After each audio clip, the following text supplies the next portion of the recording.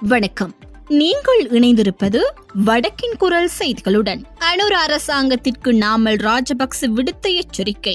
தேசிய மக்கள் சக்தி அரசுக்கு எதிராக வெகு விரைவில் அரசாங்க அதிகாரிகள் வீதியில் இறங்கி போராடுவார்கள் என ஸ்ரீலங்கா பொதுஜன பெரமுனவின் தேசிய அமைப்பாளரும் நாடாளுமன்ற உறுப்பினருமான நாமல் ராஜபக்ச தெரிவித்தார். கொழும்பில் நேற்று நடைபெற்ற நிகழ்வொன்றின் பின்னர் ஊடகங்களுக்கு கருத்து தெரிவிக்கையில் அவர் மேற்கண்டவாறு கூறினார். இதன்போது அவர் மேலும் தெரிவிக்கையில், நடுத்தர மக்களை நெருக்கடிக்கு உள்ளாக்கும் வகையில் இந்த அரசு செயற்படுகின்றது.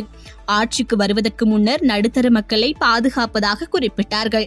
ஆனால் இன்று நடுத்தர மக்களின் தொழில் நடவடிக்கைகளை முற்றாக இல்லாதொழிக்கும் வகையில் அரசு செயற்படுகின்றது. ஜனாதிபதியின் பொது மன்னிப்பு விவகாரம் மற்றும் கொள்கலன் வெடிவிப்பு விவகாரத்தில் அரசின் முறைகேடான செயற்பாடு அரசு அதிகாரிகள் மீது சுமத்தப்பட்டுள்ளது. அரசு சேவையாளர்கள் அரசுக்கு எதிராக வெகு விரைவில் குரல் எழுப்புவார்கள். அவர்கள் வீதியில் இறங்கி இந்த அரசுக்கு எதிராக போராடுவார்கள். அரசு சேவையை வினைத்திறனாக்குவதாக குறிப்பிட்டுக் கொண்டு இந்த சேவையை அரசியல் மயப்படுத்தும் வகையில் அரசு செயற்படுகின்றது. அரசின் செயற்பாடுகளை மக்கள் வெகு விரைவில் விளங்கிக் கொள்வார்கள்.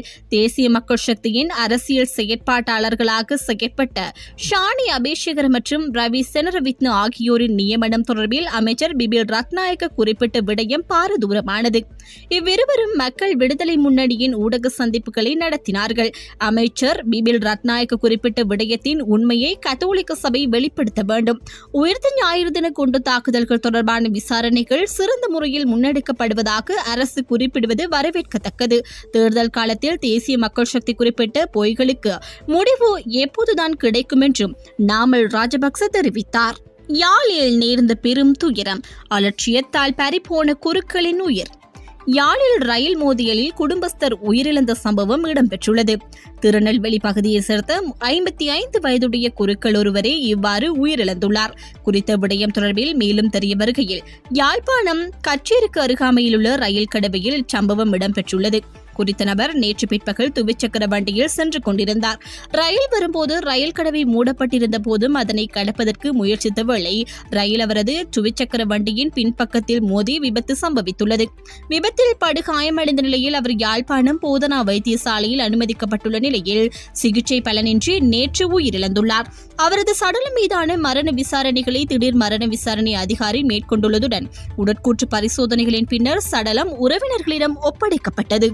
போதைப் பொருளுடன் பெண் ஒருவர் கைது. 5 கோடி ரூபாவுக்கும் அதிக பெறுமதியுள்ள குஷ் போதைப் பொருளுடன் வெளிநாட்டு பெண் ஒருவர் கட்டுநாயக்க சர்வதேச விமான நிலையத்தில் வைத்து கைது செய்யப்பட்டுள்ளார்.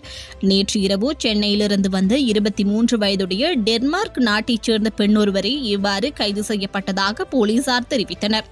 குறித்த பெண் பாங்காக்கில் இருந்து இந்தியாவில் சென்னைக்கு வந்த பிறகு அங்கிருந்து கட்டுநாயக்க விமான நிலையத்திற்கு வருகை தந்துள்ளார். பின்னர் விமான நிலையத்திலிருந்து வெளியேறும் போது அவரது பயண பைக்குள்ளிருந்து குஷ் போதைப் பொருள் கண்டுபிடிக்கப்பட்டது.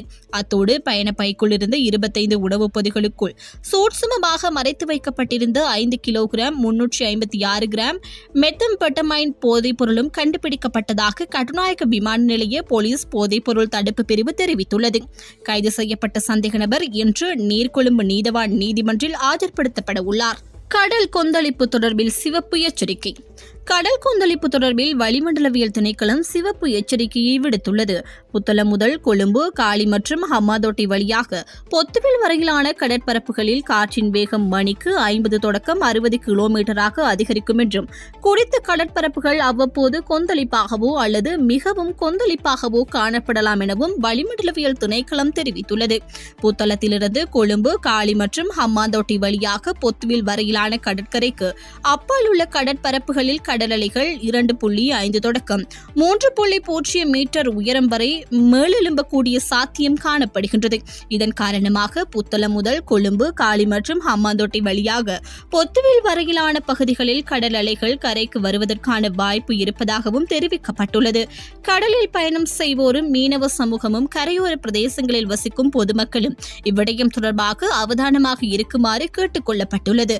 இது தொடர்பாக வளிமண்டலவியல் திணைக்களம் வெளியிடப்படும் எதிர்கால அறிவிப்புகள் தொடர்பில் அவதானம் செலுத்துமாறும் தெரிவிக்கப்பட்டுள்ளது. நல்லூர் திருவிழாவை முன்னிட்டு காங்கேசன்துறை நாகப்பட்டினம் கப்பல் சேவையில் விசேட சலுகை. வரலாற்று பிரசித்தி பெற்ற யாழ்ப்பாணம் நல்லூர் பெருந்திருவிழாவை முன்னிட்டு காங்கேசன்துறை நாகப்பட்டினம் இடையே கப்பல் போக்குவரத்தில் ஈடுபடும் பயணிகளுக்கு விசேட சலுகைகளை வழங்க உள்ளதாக சிவகங்கை கப்பல் நிறுவனத்தின் உரிமையாளர் சுந்தர்ராஜன் தெரிவித்ததாக அந்த நிறுவனத்தின் இலங்கைக்கான பணிப்பாளர் ஜெயசீலன் தெரிவித்துள்ளார்.